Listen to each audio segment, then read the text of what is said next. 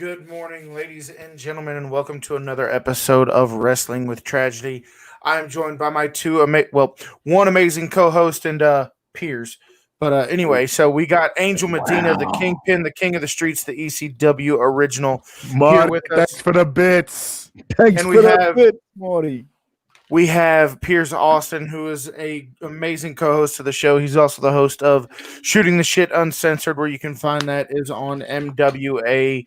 Multi-Continental Wrestling Alliance on YouTube. Make sure you check us out on all of our platforms.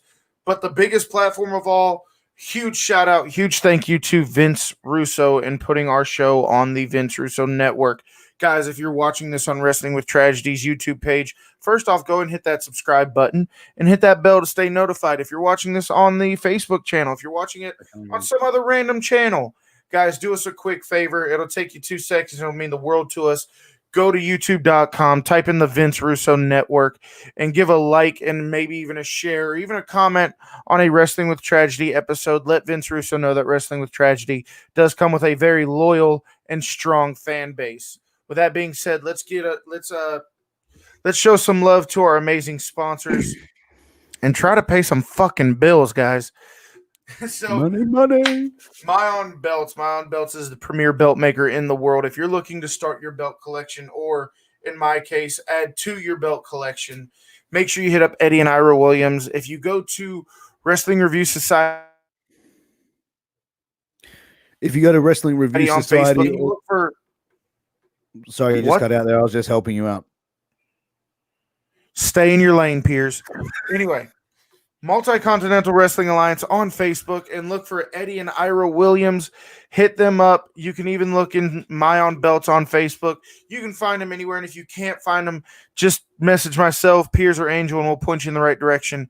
Eddie and Ira Williams have an amazing payment plan, as low as $20 a paycheck until the belt is paid off, and you are going to get the best possible belt at the lowest possible price. Also, guys, A-Rock Designs. A-Rock Designs is a custom business where she makes all those cool wrestling cups you see floating around, like the one Piers has on his screen right now.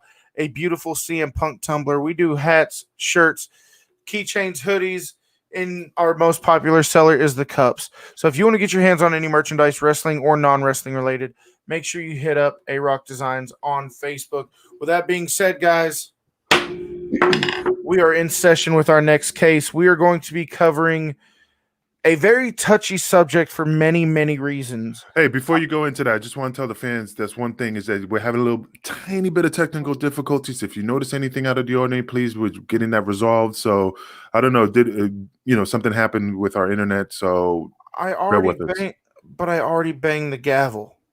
It's fine. No, but I did the thing and I said the words and I was on. You're just as bad as Piers. Every time I get going, every time I get a little bit of steam behind me, every time I start to feel the groove, I wake up at friggin' 5 o'clock in the morning to do this stuff with you guys, and I get no appreciation. Every time I go to get on a roll here, you guys screw me over. So be quiet. Let me try this again. We are in session, and we're going to be covering a very touchy subject for very many reasons. One of the biggest things we see in pro wrestling, not with Angel, as he so clearly reminds us every time, there's very heavy drug use in the world of professional wrestling. This drug and alcohol use leads to very huge problems down the line, whether it be mental, physical, whatever the case may be. This topic is going to have a little bit of both. If you guys haven't figured it out by reading the title, or even if you know where we're going with this, we're talking about none other than the Dynamite Kid, who had his own struggles with drugs, alcohol. He was a very abusive person to his wife, to his children, and it ultimately led to, him not being able to see his kids ever again. So I want to give Piers and Angel a chance to give their opening thoughts, and then we'll just get right on into it. So, Piers, let's go to you, man.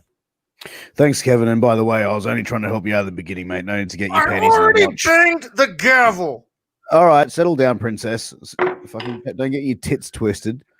Titty twister. Nibble cribble. So, guys, in all honesty, guys, there's not two other people on the face of this planet I'd rather do this show with. Absolutely. But so getting into it, so Tom Billington, aka the Dynamite Kid, he was a smaller guy in the pro wrestling world at the time. Okay, so he was about 5'6", 5'7". Back in the days when the world of pro wrestlers, everyone was 6'6", 6'8", 230, 250, 300 pounds. So, he was competing to get at a very high level, and he was competing to be a top earner in the world of professional wrestling. So he did what he thought he needed to do, and he took steroids to obviously get himself bigger, started working in overdrive. In saying that as well, being on the road every single day, putting his body on the line and wrestling in a very aggressive, very physical style took its toll on his body. He then started self-medicating with drugs and alcohol. You also mentioned that he was an abusive person, but he was also a very aggressive person backstage. There's numerous stories of him getting into physical altercations. I believe one was with the Mounties at one stage, where he basically just beat the fuck out of one of them. And obviously, which ultimately led to his wife giving him a one-way ticket back to the UK, basically saying, "Mate, get the fuck out." And also just a little bit of insight as well. He was actually married to Bret Hart's ex-wife. He was married to Bret Hart's ex-wife's cousin, sorry. So there was a connection there to the Hart family as well, with him and the cousin of Bret Hart's ex-wife. But Angel, I'm going to throw it down to you, man. Well, just before Angel gets into that, because I don't want to cut him off. Are we going to sit here and pretend that Piers isn't wearing a shirt with his own face on it? You freaking mark. But in all honesty, it is a pretty good looking shirt. Piers, if anybody wants to get their hands on shirts like that, where can they find them at?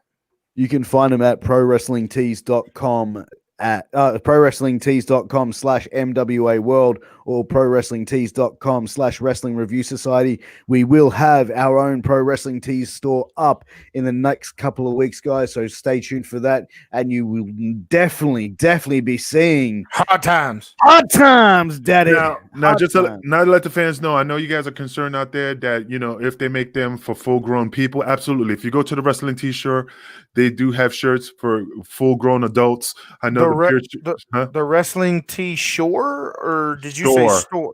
Okay, store. You want to come over for supper?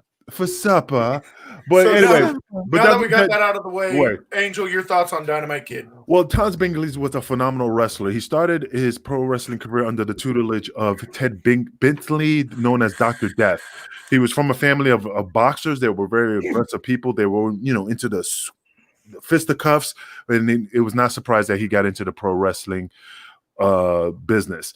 Now, he was an innovator. He was a hybrid wrestler because he was doing things that nobody's ever done. They never seen anything like him before, especially at his stature. Like you said, he was a tiny guy. Of course, he was on the gas. He was phenomenal. And, just people were in awe because of the things he was doing in the ring. And that's who he inspired, like guys like wrestlers, but the main wrestler he inspired is, Chris Benoit, of course, because he kind of mirrored that type of style from the Dynamite Kid. So again, we're going to talk about Dynamite Kid and how he, from his rise to fame, he had a bad attitude. He had a lot of heat with a lot of the boys, but they couldn't take away his wrestling ability, meaning that he was an awesome wrestler. He was just supposedly a dick. Never met the guy. So, let's go from there. So we bring up we bring up a lot of things with the Dynamite Kid, and okay.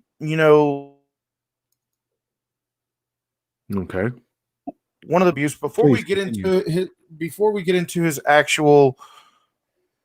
Were you making a funny? No. Oh, so anyway, before we get into his actual career, Angel, how much does drugs and alcohol influence a locker room like a major wrestling company? How often do you see drug and alcohol abuse and stuff like that within pro wrestling? And I only ask you because you were actually in the business. I know you had a very unmemorable career and all, but you actually were in ECW. But I joke, Angel. Wow. I'm just joking. But no, seriously, you were involved in a lot of great storylines in ECW. You had a fantastic run in ECW. You've been in pro wrestling for the last, what, 20, 30 years? How prevalent is drugs and alcohol when it comes to pro wrestling? Now, I don't know about now, but back then it was just normal. It was drugs and alcohol was the constant norm in the locker room because we're wrestling in pain. You know, we're trying to numb our senses, trying to get the courage to do the things that we do in the ring. I'm not saying everybody was doing it. I wasn't doing it. You know, but it's not even ECW. It was just all around pro wrestling and all the stories that I heard that everybody was doing cocaine, you know, marijuana, whatever. But you know, pills. You know, just a lot of drugs that were going around just to keep going because you had to wrestle hurt. You was too afraid to not say I can't do it today because you're afraid to lose your spot. So the only way for you to push yourself forward is either from alcohol or drugs. Yeah, so it was very well known in the locker rooms. So just a few facts about the Dynamite Kid. So in the mid to late 80s, he wrestled for New Japan Pro Wrestling. He wrestled for obviously the WWF.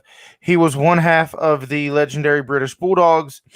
As you guys said, his real name was Thomas Billington. He was born the 5th of December, 1958, and he died the 5th of December, 2018. He died on his 60th birthday.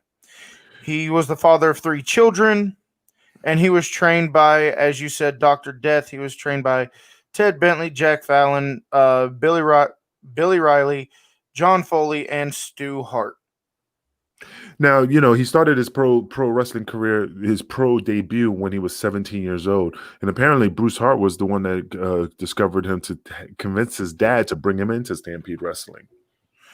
So, I mean, from all accounts, you know, everything he's done and being part of the British Bulldogs. And one other thing that I wanted to look at was with his championship history. He was a WWF Junior Heavyweight Champion. PWI even ranked him as number 5 on their top 100 tag teams in 2003. They also ranked him as number 41 on their top 500 in singles. So he was no slum. This wasn't some guy barely making it. He was a very talented person, and by all accounts had a rocket strapped to his back. And this is a perfect example of what drugs and alcohol will do to even the best of us. Oh, yeah, absolutely. I mean, there was one story that, you know, the same guy that brought him in, Bruce Hart, they had an argument, and literally Dynamite Kid broke his jaw, like literally, not the same before the wedding, but like around the time of the wedding of Owen Hart. And I want to know what the argument was about, but they just said it was just a verbal argument that he just broke his jaw. But was that leading from like obviously roid rage, or because obviously by the sound of no, you know, I know I've seen interviews with Tom Billington, the Dynamite Kid, and he just seems like an aggressive guy naturally. No, yeah, like, and that's what I'm saying. Like very hard. He sounds like a hard prick. Hard times, hard times, daddy. But no, now, he does. He seems like very. Now, let me explain something to you about about steroids, and I'm not going into this topic like to ramble off. But the thing is, I mean, I know Pierce, you don't use steroids because you can tell by your physique. But anyway, the thing is that oh, what's this? I can see both of you drank your fucking haterade this morning, dickheads. But like that's what I'm saying. If you're a dick off the gas, you're gonna be a dick on the gas. It's just amplifying who you are. So it's not. I don't think the roid rage. It just amped him up, but I don't know if he was on the gas during that time when he broke his jaw. But again, it depends. Yeah, it was during the time when Owen Hart got married, so he was probably still swole. So yeah, it probably was a factor that he's just losing his temper in regards to, you know, what conversation he had with Bruce Hart, which I don't know what they're talking about that set him off. But you know, you look at him from a from a standpoint of like, you know, I know I've seen an interview series about his family, and you know, it was basically a Chris Benoit documentary, and obviously, as we mentioned earlier, Chris Benoit was a huge fan of Dynamite Kid, and you could see that from his in-ring style. That was very similar to Dynamite Kid, from the flying headbutt to the submission to the way that he moved in the ring. But one of the things I found interesting in this documentary was his ex-wife talking about how violent he was, that at one stage he pulled out a shotgun and put it to her head. Like, you know what I mean? Like, to put a gun to your wife's head, the mother of your children. And wasn't his argument that it wasn't loaded? Like, wasn't Dude, that his best defense? Dude, that's what he said in the documentary, and this was like 20 years like past the fucking fact, dude. So, and like you think as an older man who was like in a wheelchair, completely crippled, and they mentioned, "Oh, did you put a shotgun to your wife's head?" And then her response is, his response is, "Yeah, but it wasn't loaded." Loaded or not, that's still pretty fucked up to do to anyone, just to scare. Like, yes, yeah, I just did it to scare her, motherfucker. That would scare the shit out of everyone. And it doesn't. Anyone. And you got to remember, just because it's not loaded, she didn't know it was loaded. So the thing was, if they do question her and say, "Were you in fear of your life? Did you feel you were going to die?" That's all you need to charge somebody. I mean, even if he pulled the gun, but she didn't know it was loaded, so it doesn't matter if that was his defense. I'll even go one step further, Angel. You being prior law enforcement, me being current law enforcement. If you sat there, and I'm just trying to find something really quick. But if you sat there and you walked up to somebody and you had your hand under your shirt like this, you're like, "This is a gun. I can kill you." And you honestly believe that this is a gun and you are in fear of your life, you have the right to use deadly force. Yeah. So the fact that the gun is, and I know that seemed a little far off in the left field, but the fact that the gun wasn't loaded means absolutely nothing. If she sat there and said she was in fear of her life, that is enough to try somebody at a minimum. You've got ag assault. Angel, I got props too. and that's the thing. It definitely is. It's aggravated assault, and it's to put someone in that situation and to put the mother of your children in that situation. You got to have some serious fucking mental issues to do that. Let's face it. I mean, we all have arguments with our wives and our partners, but would it really lead to the point of you putting a gun to her head?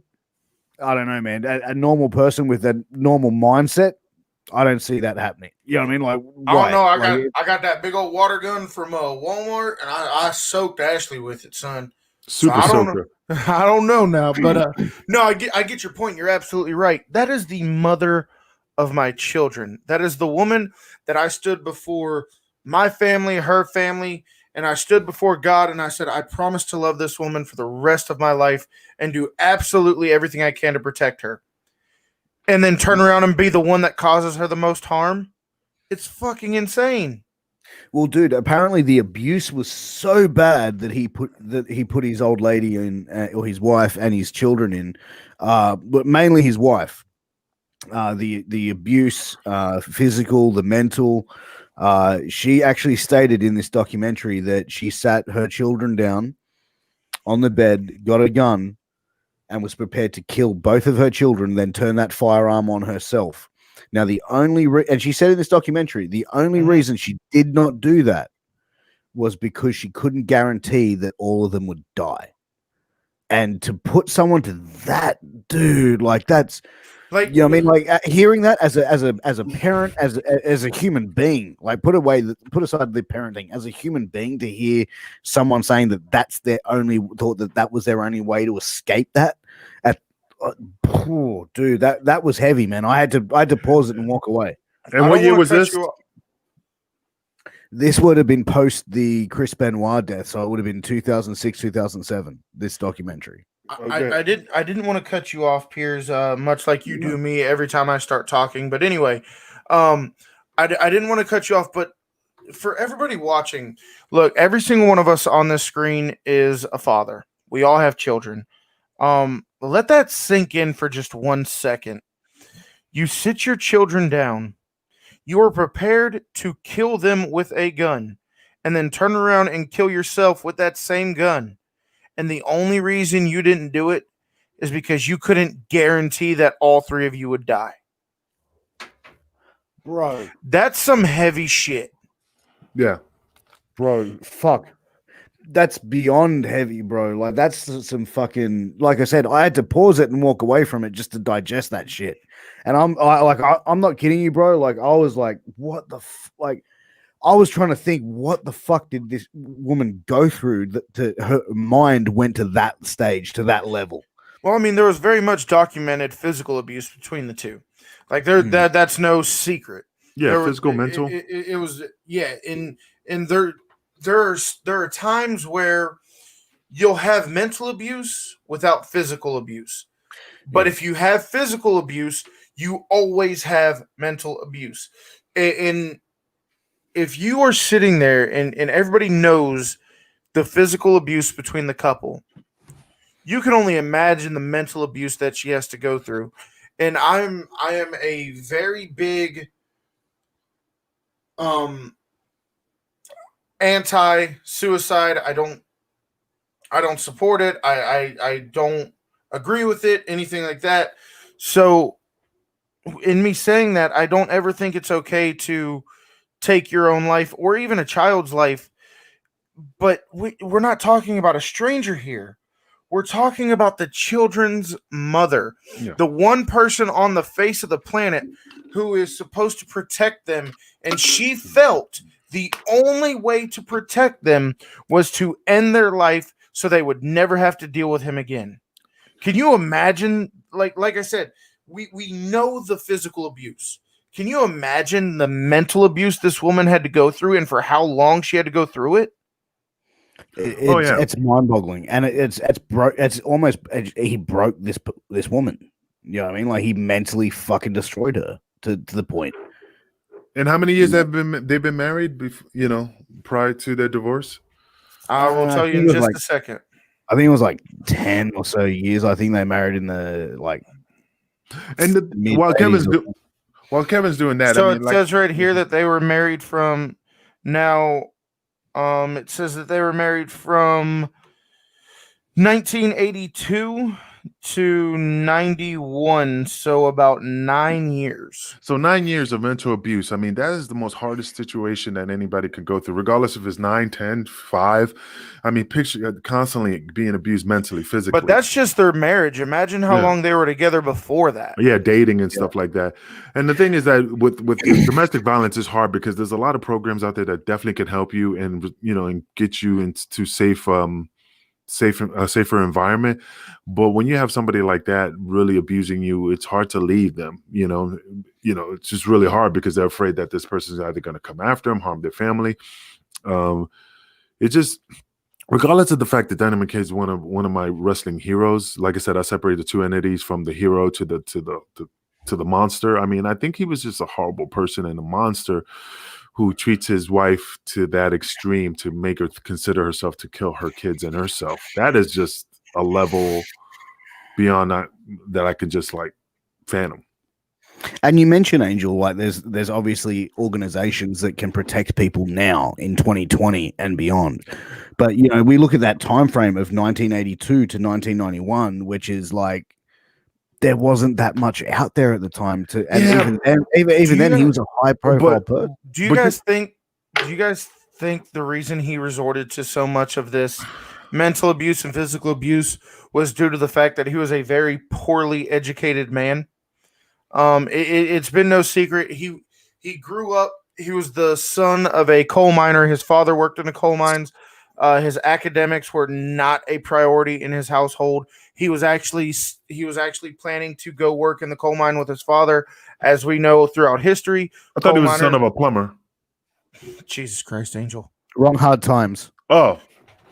But as we know, going to work throughout history, coal miners tend to drop out of high school to go straight to work, provide for the families. These are hardworking families. His academics were not a priority to him or his father. And it was actually through going to wrestling shows where he caught the attention of his trainer. And from that point on, when he caught the attention of his original trainer, is when he started deviating from the coal mining plan and start training into being a pro wrestler. Had he have never caught the attention, had he have never went to those pro wrestling shows, he very much would have ended up like his father, working in a coal mine. And the only reason I bring this up is I know it. I'll be honest. My wife is a lot smarter than me. Just hands down, it is what it is. When her and I are in a conversation, I've never laid my hands on my wife, and I don't call my wife outside of her name. That's not what I'm saying. What I am saying is when her and I get into when we start debating each other and she starts just saying things and I have nothing to come back at her with, I get extremely frustrated. Not at myself because I'm not smart enough to argue with her.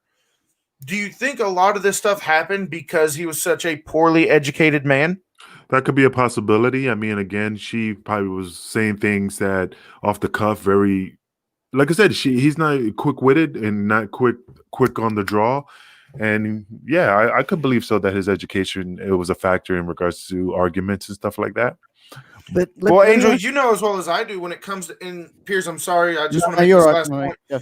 You know as well as I do, Angel, in law enforcement, and I see it every day. I'm sure you've seen it all the time when we deal with these domestic violence. When we deal with like domestic violence and stuff like that, it ranges across all facets of life, every tax bracket, every demographic, every skin color, everything. You see it everywhere.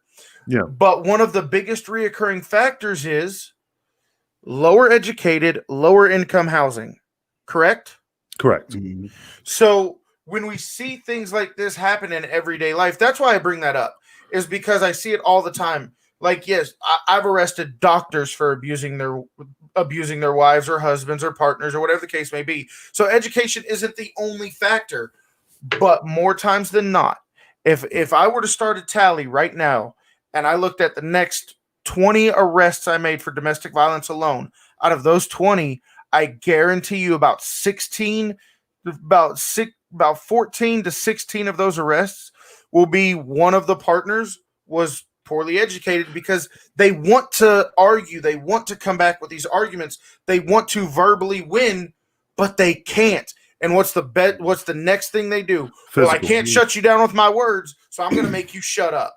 And That's I want the to only reason I piggyback. bring that up. I want to piggyback off that. I mean, the thing is about domestic violence. Let me tell you a story. And Pierce, this is something I just wanted to say.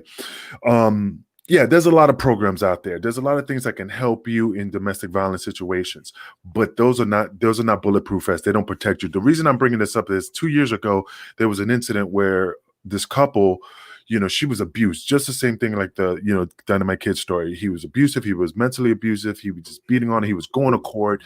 They had a PFA on him. That's a protection from abuse order.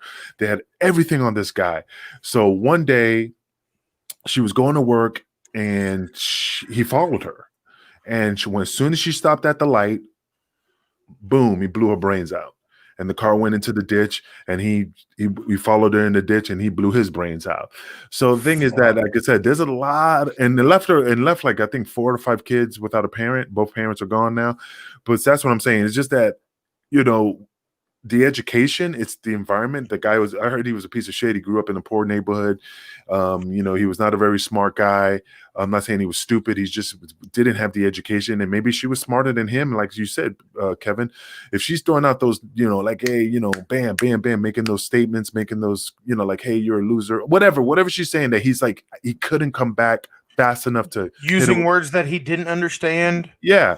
And he just beat the shit out of. Again, I don't know the whole story. I just know that the only thing he can do is, since he couldn't have his wife, killed her right there at the stoplight. And that's the thing. It's just the environment that he grew up in. Like I said, the education factor isn't the only factor, but we see it a lot of the time.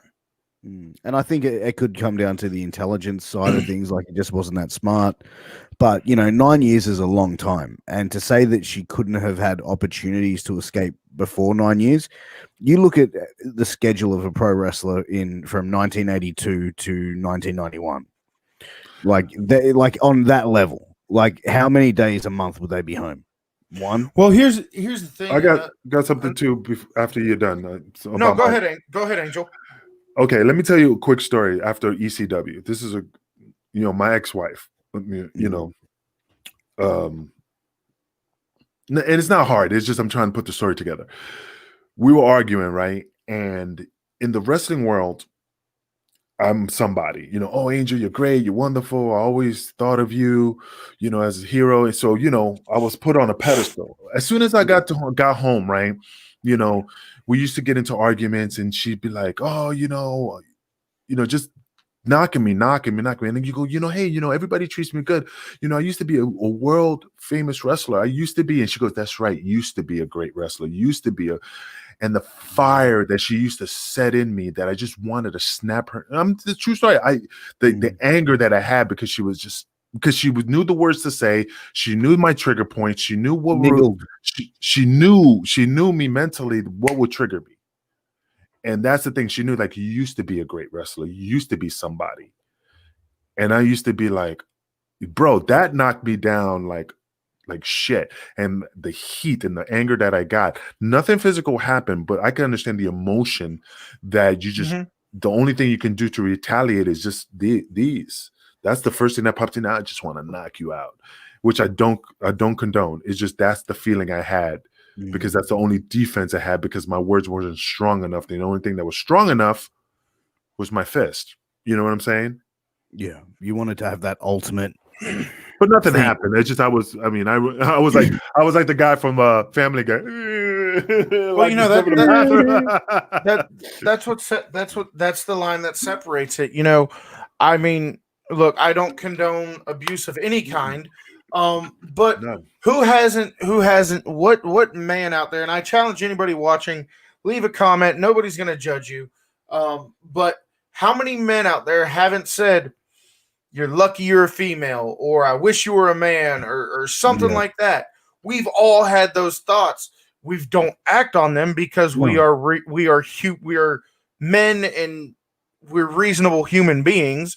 But anyway, we've all been in that situation. But what I was going to say with Piers was he brings up how hard was it for her to leave with the schedule of a pro wrestler in the late to mid 80s. They were married in 82 all the way to 91. So yeah, the territory days are thriving. They're booming. You hear all the time the strenuous work schedule, the time on the road.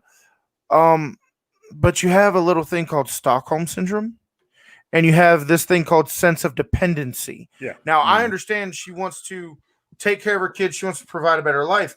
But much like we were talking about with the what was it? The Speak Out movement.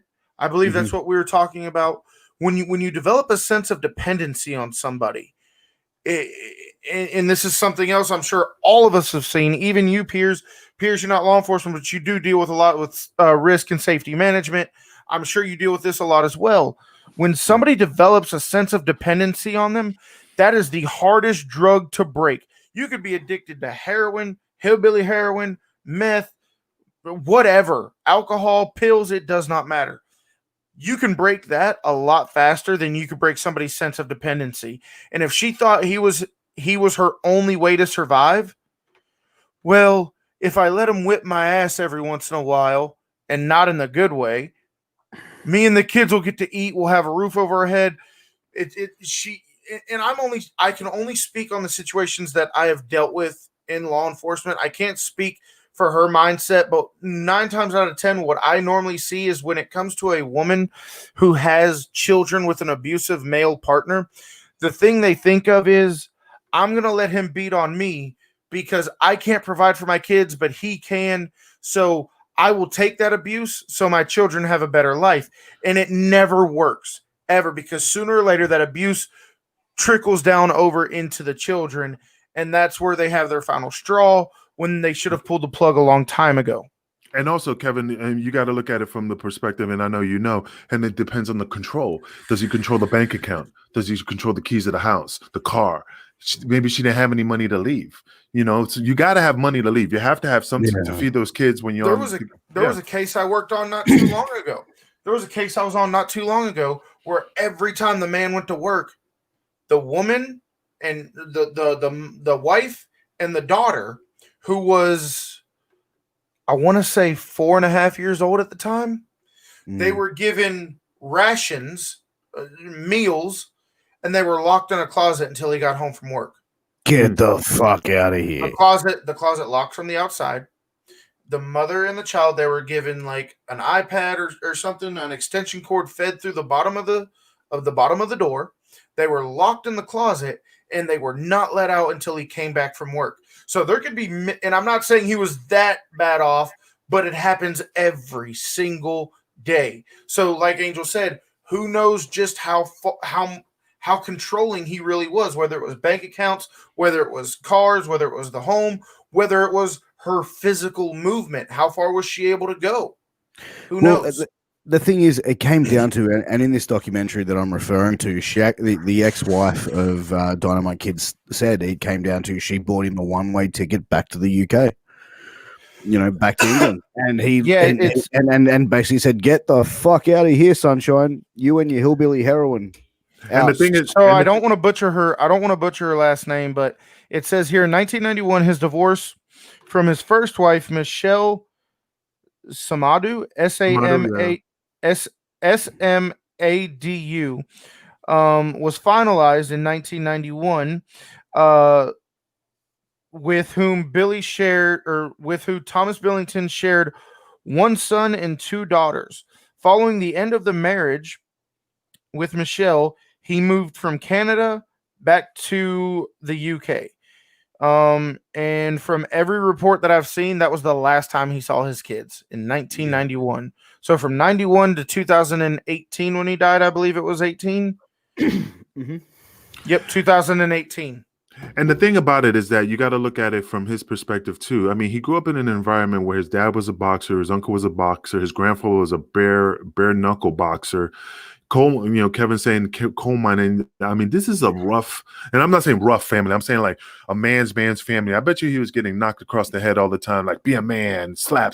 It was more physical than mental. Like not mental, like intellectual. He even stated that he did get it was a very abusive household that he grew up in. He stated that it was a very full on, very aggressive, very violent place. When you grow up around that, just to piggyback off of what Angel said, when you grow up around that, and much like what Pierce said, he grew up in a very abusive household. But when you grow up, and I'm not knocking, there are world famous boxers, world famous UFC fighters, world famous wrestlers who do this shit for a living and have a great family life. Look at The Rock. The Rock is a great wrestler. He's involved with a huge wrestling family, has nothing but love for his wife and daughter. You've never heard a bad thing said about the man. So just because you're in this physical job profession doesn't mean you're going to be a bad person. But what I'm getting at is when you grow up around boxers and wrestlers and fighters, and the answer to all the problems is, hey, let's step out into the backyard. We'll settle this. When you grow up and that is embedded in your mind, and that's the only way you know to solve your problems. And then, like I said earlier, you take into the account that he was a very poorly educated man. He knew wrestling, but wrestling's great when the bell rings, but what do you do after the bell's done? You find yourself in an argument with your significant other. You don't have the vocabulary to go back and forth with her or with him, because we see this happen with females a lot as well.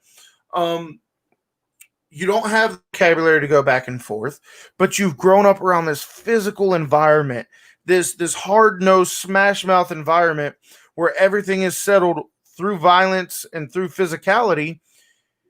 It was the only thing he knew, and I'm not trying to justify anything he did at all, but I do believe that you have to look at the parents in this situation. That's why me and my wife, when me and my wife get into an argument, we do not do it around our children. We do not. We never, we've never had a physical altercation. We never will have a physical altercation. But me and my wife, we do have verbal arguments from time to time. Which is healthy. Exactly. And we always work it out. We never go to bed angry at each other, and we always come to some kind of resolution, which involves one of us apologizing, and we're always better on the back end of it. But the point I'm trying to make is we never do it around the children, because if your child grows up and that's all they see, if they see me just smacking the crap out of my wife every day, I have 4 sons. All 4 of them are going to grow up to think that's how you settle it. That's okay. That's what daddy did. So that's what I need to do. So by me being a piece of shit human being, I've just raised 4 children into thinking it's okay to grow up to be a piece of shit human being.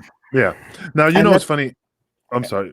Sorry, I just want to say, and that's the thing. As a parent, you're put in a situation where you've given this young life. You can either teach it full of love, respect, and good values, or you're going to teach it other things like hatred, violence, destruction. And Kevin, you mentioned having 4 boys. Angel, you've got a teenage daughter.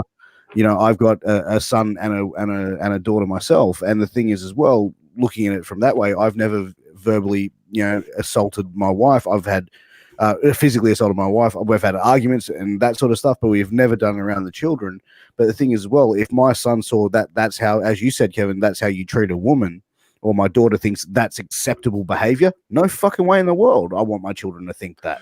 But Yeah, the you two have an issue bigger than me, or not bigger than me, but you guys have a different issue to face. If you guys were to do that, Angel, you have a daughter, Piers, you have a daughter. If you guys were to do that to their mother, now they grow up thinking it's okay for their husband, their boyfriends to do it to them.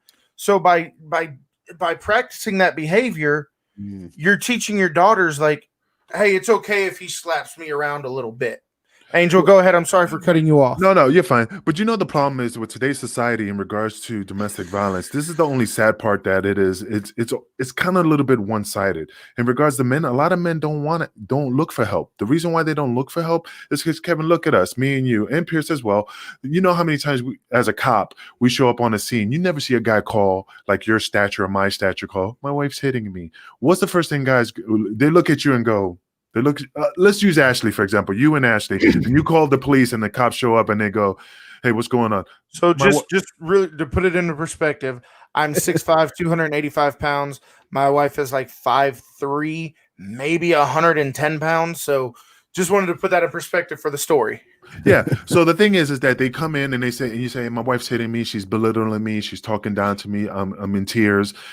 How many times have you heard like, "You can't control your woman"? You can't control your woman, you know. And the thing is, a lot of men don't want to be put in that embarrassment. Like, I can't handle my shit at home. So the only thing they can do is do physical violence because they feel embarrassed to call the police because it puts their man status to a lower level because they're gonna like. Cause I looked at it when I showed up on scene. I used to look at people and go, and look at their wife and look at him and go, and you can see in my face like, really, dude? And that's my fault. But it's the thing in my mind, like you can't control your woman. So what does the man say? I'm not going to call the cops because that's an embarrassment to me, and it pulls my man card. So the only way I can handle the situation is slap her around because I can't ask for help because it lowers my level as a man. Let me ask you this, Angel. How many times have you gone to a 911 call? Because I'm guilty of it too, 100% guilty of it.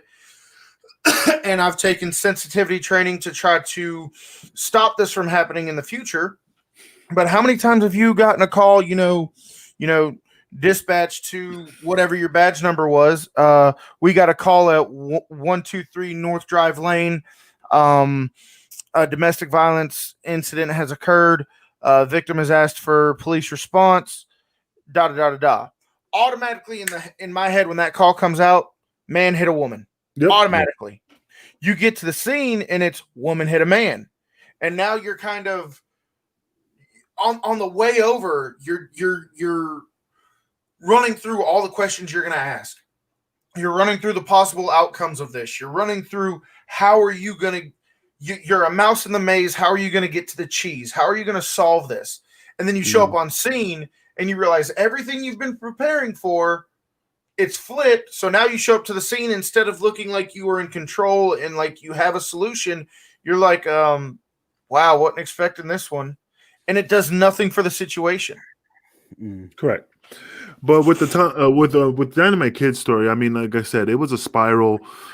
I mean, like I said, it was just, I mean, and it didn't stop in his household. It went into the wrestling world as well. He had a lot of heat with a lot of professional wrestlers. That's why he got his teeth knocked out by the Rougeau brothers. And I'm not saying the Rougeau brothers was not at fault, because I heard stories about them too. They were pretty badass too.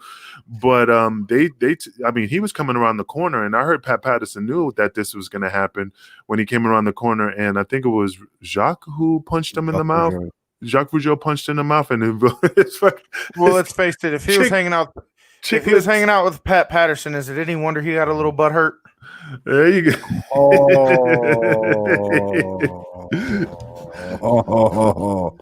The cream team. Hashtag cream team. Wrestling T-shirt. No. Now that's hard times, ladies and gentlemen. But Patterson. But again, like I said, I am not condoning what Dynamite Kid done. We're just trying to figure out we're just trying to figure out his thought pattern and how this transpired. And I'm not one of those guys that sit here and goes, it's this person's fault, it's that person's fault, it's this person's fault. I've never said this, but I grew my mother, no. But I grew up around members of my family being abused. I've been around woman beaters and stuff like that. I've never laid a hand on my wife. So you can have all these factors and still not submit to your stereotype or submit to that kind of behavior. But I would be remiss if I didn't say, ultimately the fault is on him because he chose to embrace that kind of behavior. Mm. However, we do kind of have to look at his upbringing, the environment he was in, what he was taught to be okay, what he was taught not to be okay. Now, don't get me wrong. Once he was able to learn right from wrong, he should have known and he should have made his own decisions based on Yeah. that. But when you are born and bred that this is how you act and this is what you do and all this, that, and the third, you kind of have to look at many different things like how he was raised, where he grew up, the fact that his education wasn't the best, um, and so there were a lot of contributing factors. Ultimately, the biggest factor is Dynamite Kid himself, but I do believe that there was a lot of other factors that went into him turning out the way he did. Not justifying anything he'd done. I'm just saying we kind of have to look at a lot more than just him. I mean, sure. I mean, that's stuff that could definitely be leading to that result of what's occurred. But like you can't, I think, as you said, Kevin, he was an adult. He knew right from wrong, and to basically sit there and have that background, everything like that, is one thing, not an excuse. I mean, to put a No. fucking shotgun to your wife's head, loaded or unloaded, I don't give a fuck. Like, bro, to be honest, put any gun to it doesn't even necessarily have to be your wife's head. If you're putting a gun to someone's fucking head just to scare them, what sort of fucking human being are you? Like, you cannot be mentally all clear and have all your faculties about you. And the interview where he even sat there and he said, well, it wasn't loaded, it was only there to scare her. He came across to me, and I'm not a psychologist, I'm not a psychiatrist, but he came across to me who is someone who was mentally missing a few screws. Like, it seemed like he was a couple of stubbies short of a six pack. He was trying to justify what he had done. You can't justify that, though. And when you try, you just sound like an idiot. And that's what he kind of sounded like. You know what I mean? Like, you try and justify it by saying, well, it wasn't fucking loaded, Kev. Like, I don't know, man. It doesn't matter if it was loaded or not, and I could not agree with you more.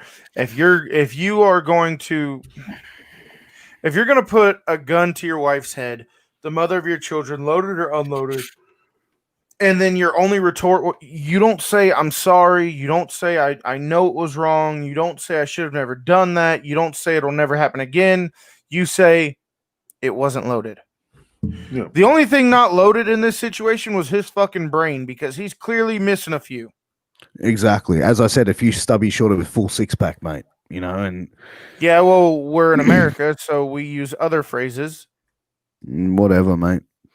But I just think that obviously he was just an abusive person, and he was an angry person, and he definitely seemed like he probably had some sort of mental illness as well, whether that was brought on by the prescription medications and the steroid abuse and whatever else he was pumping into himself. But his mental capacity and his mental intelligence, he did not seem like he was. And granted, this was probably the prior years to him passing this documentary being recorded, but it just, the whole thing just, it gave me an eerie feeling about him. And like hearing him speak was just eerie and just creepy. Like, even talking about it, the hairs on my arms are starting to stand up on end. Now the thing is that and I know you guys see me looking on the side because I was trying to see what kind of pain pills, what kind of drugs he was using after the time, because he was confined to a wheelchair in his 40s. He was having major back issues. He was having a lot. I mean, I've seen matches where he was in Japan. He had this tattoo of a panther on his arm. He was like skinny as fuck. His tights. You hear that word tights? It's supposed to be clinging to your skin. Looked like a pair of slacks because he was so. Yeah, it said his gone. issue started in 97. Yeah, and that's the thing, man. It says in 1997, after having a great deal of complications, he was experiencing trouble walking due to a large number of injuries done to his back and legs he suffered during his career. Billington lost the use of his left leg, relying on a wheelchair for mobility. He was cared for by his second wife, Dot Billington. So about 97 is when he started losing all of his feeling and completely lost use of his left leg. And in 2015, he was named in a lawsuit filed by WWE after the organization received a letter from him indicating that he intended to sue them, basically for his injuries. Which is that would be hard, but again, I mean, WWE should. I mean, the thing is, it's funny how he ended up in the wheelchair. Not funny that way, but due to the fact that his wife was taking care of him. Now that you know how the abuse factor right there is. Now he doesn't have any power to because now he needs somebody to take care of him. He needs somebody to make his meals, give him his meds and stuff like that. Yeah, maybe he was still half cocked and maybe still argued, but now a lot of the power was taken away from him due to the fact of the mobility of his legs that he can't even move around anymore. So he has to depend on this lady. And like I said, I mean, I've seen pictures of him with these little like metal rods coming out of his toes due to his leg injury and stuff. And it's just like he put his body through a lot. And I think WWE should at least at a point take care of him for the things that he's done for the business to make the company what it is today. But I mean, baseball has pensions. Football has pensions for athletes who played for them. I mean, back in the earlier days, no, but now they do. And I think, I mean, wrestlers who put their life and their body on the line for the sake of the sport and the art, they don't get nothing at the back end to be taken care of just in case their life is, besides the drug program that they have, but there's nothing else to protect them from future injuries. I mean, so let me ask you guys this before we get too far ahead and I forget. So the Dynamite Kid currently resides in 3 separate Hall of Fames. Do you think the day will ever come where we see him in the WWE Hall of Fame? And if so, do you think he deserves a place in the Hall of Fame? Not only WWE, but the 3 Hall of Fames he's already in, to include the Canadian Wrestling Hall of Fame, the Wrestling Observer Hall of Fame, and he is in the Stampede Wrestling Hall of Fame. Stampede Wrestling Class of 95, Wrestling Observer Letter Class of 96, and Canadian Wrestling Hall of Fame Class of 2001. Yeah, he deserves to be in the Hall of Fame. I mean, he hasn't done anything crazy. I mean, it's not like a Chris Benoit. I mean, not like a Chris Benoit. He put a gun to his wife's head. But the thing is this. That's it. I'm out. But the thing is, yeah, I understand that. But it's like, I mean, there's a lot of order. But I've seen worse. I've seen worse in the business that guys are in the Hall of Fame. I mean, Pat Patterson's in the Hall of Fame. I mean, you got to look at yeah, he stuck a gun to his wife's head, but come on. I mean, you got to go up the ladder. I mean, he has a right to be in the Hall of Fame. Okay, look, we're not talking about somebody who stole a pack of gum from Walmart. We're not talking about somebody who jaywalked across the street or got a DUI one time. Which, don't get me wrong, I'm not justifying that. We're talking about somebody who held a gun to his wife's head, who abused his wife and children. Yeah, but you got to look at, like I said, look at the guys in the Hall of Fame. Snuka. Put it this way: if he was inducted into the WWE Hall of Fame in 1995 or say even 2000, 2001. Okay, if WWE tried to put him in the Hall of Fame in 2021, their sponsors and everything like that will go, fuck that. Remember the Fabulous Moolah Battle Royal that they were going to do? And then fucking Snickers turned around and was like, hell no, son, we're going to take our chocolate bar money. They were like, and other sponsors were like, fuck that shit. Could you imagine? And she never hurt anybody. She was just a pimp. Pimping ain't easy. I'm just saying that's hard. I don't care what you say about me. So we got Angel's thoughts. Piers, does Dynamite Kid belong in the WWE Hall of Fame? No. Does he belong? Does he belong in the 3 Hall of Fames that he's in? Yes, and this is why. because they occurred 20 plus years prior. I just don't think in a day and age of social media and WWE being a public traded company with major sponsorships, that's not if he won't belong in it. I just don't think WWE would put him in the Hall of Fame. The only way that they would do it is if they do it the British Bulldogs as the tag team, and that would be the only way they can do it. And even then, they are flirting with danger. I don't agree with him being in the Canadian Hall of Fame or the Stampede Hall of Fame. I'm fine with him being in the Wrestler Observer Letter Hall of Fame because the Observer Letter based solely on the matches. It's a documented report of your matches. But the Canadian Wrestling Hall of Fame, the WWE Hall of Fame, Stampede Hall of Fame, it's the person in general, what they did for the business, how they helped the business, how they elevated the business, how they elevated themselves, how they acted as a professional. But just looking at, just looking at the Wrestling Observer Letter, so he was awarded multiple times through Wrestling Observer Letter, leading to his induction into the Hall of Fame in 1996. Awards that include Best Flying Wrestler in 1984, Best Technical Wrestler in 1984, Best Wrestling Maneuver in 1984. So 1984 is a very good year for him.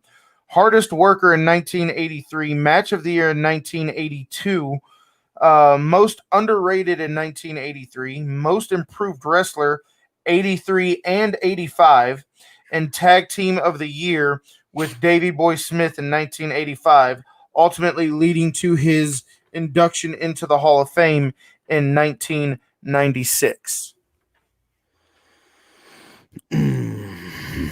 Look, I mean, he's already in those Hall of Fames. How can you take someone out of them, really? Strip Well, him you know from what? If they took off, I mean, if we're gonna go that route, then basically you have to take off everybody from the mostly everybody from the WWE Hall of Fame, because I'm looking at things like from abuse to the Tammy's point, everything. There's just a lot of things, and again, it depends on the situation. From drug abuse to child abuse to Pat Patterson stories, there's gonna be a lot of people removed. I mean, I might get a little bit of heat for this, but I think there's a line in the sand when it comes to who should and should not be in the Hall of Fame. And where I think that line is drawn, so you draw the line, and on one side you have who does get in, and on the other side you have who don't get in. Obviously, model wrestlers like The Rock, like John Cena, guys that you really don't have too many issues with, obviously they're going into the Hall of Fame. Yeah. Now, when you start to look at drug abuse and alcohol abuse, but never really hurt anybody, other than themselves, Hall of Fame. But when you look at the Pat Pattersons, okay, the Snookers, okay.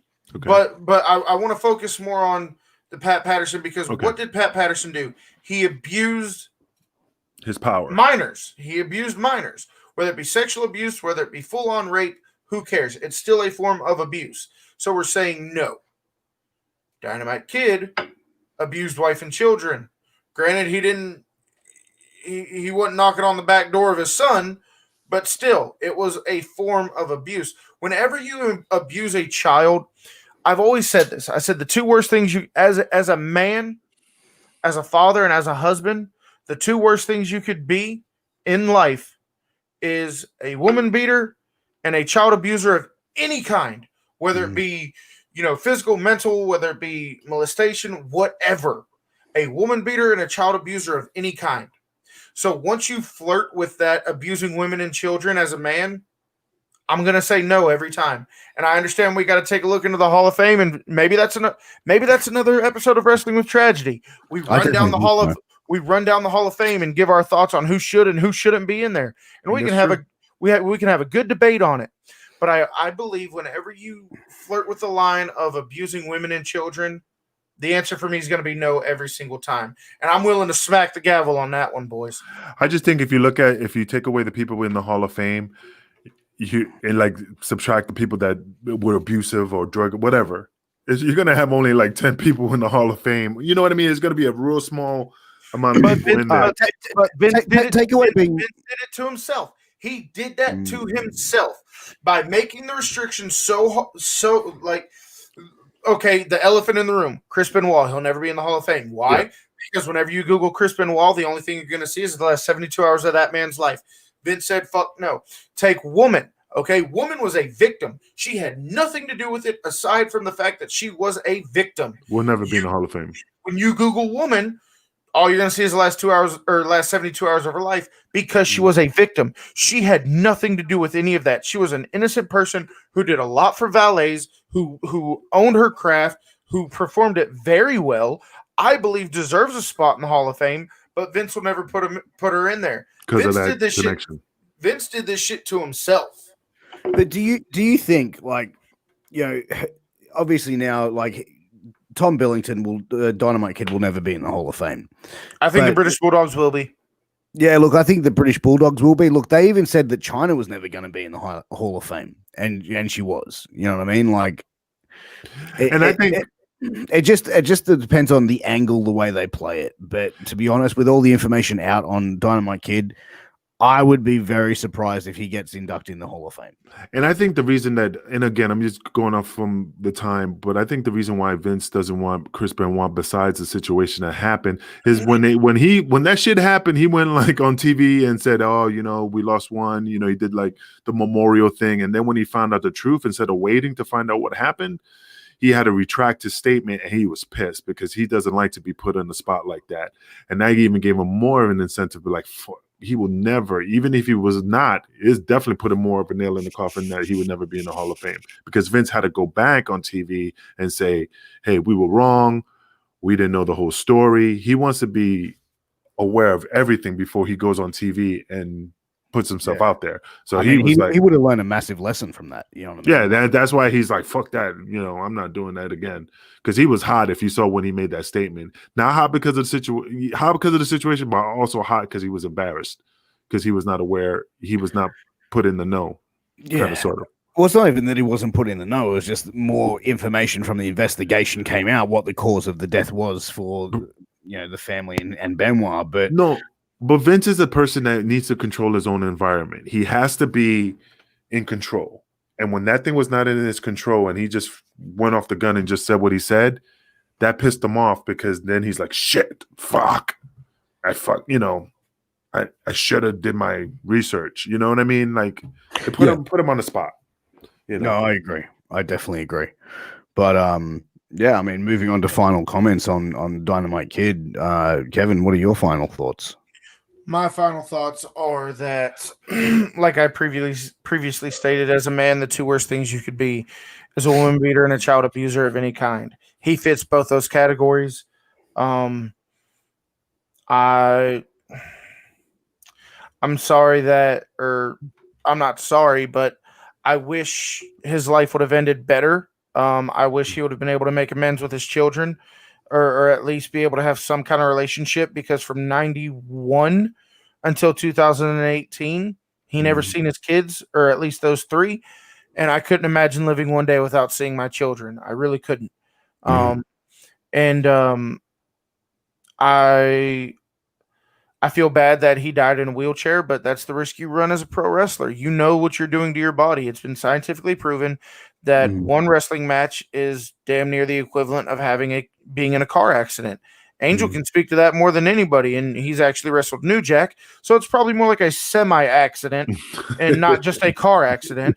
I'm always hurting, yeah. But my final thoughts on Dynamite Kid are, he did great things for wrestling.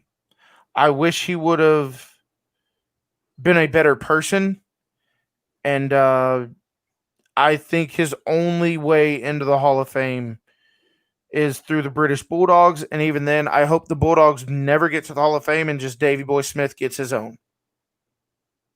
Yeah. No, I definitely agree. Angel, your thoughts?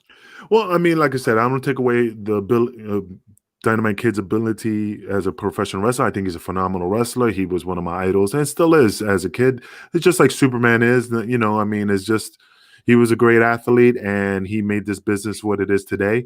Yeah, his personal life was a drizzling shits. The guy was a fucking dick. He treated everybody all fucked up. He thought he was Billy Badass. I feel bad for what happened to his wife in regards to the shotgun incident, that he couldn't see his kids. But again, that's protecting the kids from an abusive parent. So Yeah. fuck him. He doesn't deserve to see his kids because he didn't earn the right to see them because of the way he treated the family. Now, to be in the Hall of Fame, yeah, you're right. The British Bulldogs might get into the WWE Hall of Fame because of what they accomplished in the WWF at the time. You know, I'm torn in between if he should be in there or not, because again, I mean, I don't know, man. Like I said, I'm on the fence. It is what it is. I'm on the fence. I need a little more meat on it to say, you know what, fuck him. But right now, I think he does deserve it. Would he get in there? Nah, I doubt it. You know, but British Bulldog would be in there before him. I just think that if he would have just took accountability of his actions and just try to change his life a little bit better, things would have been different for him. He would have probably been in the office. He would have probably been a producer. He would have probably had more money in his pocket. I mean, there was a lot of possibilities if he would have just changed certain things in his life. But again, wishful thinking, you know, it is, you know, tomato, tomato. You can't change the past. But anyway, to Pierce, what is your final thoughts? My final thoughts on it is, you know, he was a small guy. He did a lot of great things for that cruiserweight style for the smaller guys in professional wrestling. You know, he got on the gas to try and get himself bigger because, you know, obviously back then it was a big man's game. Injuries started piling up. He started taking, you know, pain medication to sort of mask the pain so he could keep on going. Hence putting his body in more and more distress and more aggravation over years of doing it. As far as him as a human being and hearing what his ex-wife had to say about him and the actions that he did. Look, I don't want to speak ill of the dead. He was a piece of shit. You know, his actions were that of a man that had no care for anyone but himself, clearly. To put his wife and his children in that sort of situation is disgusting on a human level. The fact that he didn't have a relationship with his children makes me sad because, you know, obviously I think that as a parent, I wouldn't want to go a day without seeing my two children. And to be able to go through that and just so, yeah, I'm going to hop on a plane and fuck off. Like, I don't know, man. Look, to me, that it all points towards he's a piece of shit. How he acted to guys in the back, trying to be, you know, Billy Badass, and even trying to do that shit with his wife, man. You know, it's a shitty. The whole thing is a shitty story, and it's a shitty thing that his ex-wife had to go through, and their children had to go through, and to drive her to that thought and that place of going where she was almost going to go, man. It's heartbreaking, man, hearing that story, even though it's years prior. But that's my final thoughts on it, guys. So I'm going to fling it over to Kevin to bring us home. Before you swing it to Kevin, you know what's my final thoughts? If you were on the gas, Pierce, with that beard, you would look like one of those characters from Warhammer, man. You would have been a jacked little dwarf with a giant mallet, just decimating the orgs and shit. You know, I could see you doing that if you were on the gas. Cool story, Angel. Kevin, I hate you. So, ladies and gentlemen, lover. Ladies and gentlemen, thank you so much for watching Wrestling with Tragedy. Thank you for tuning in every week.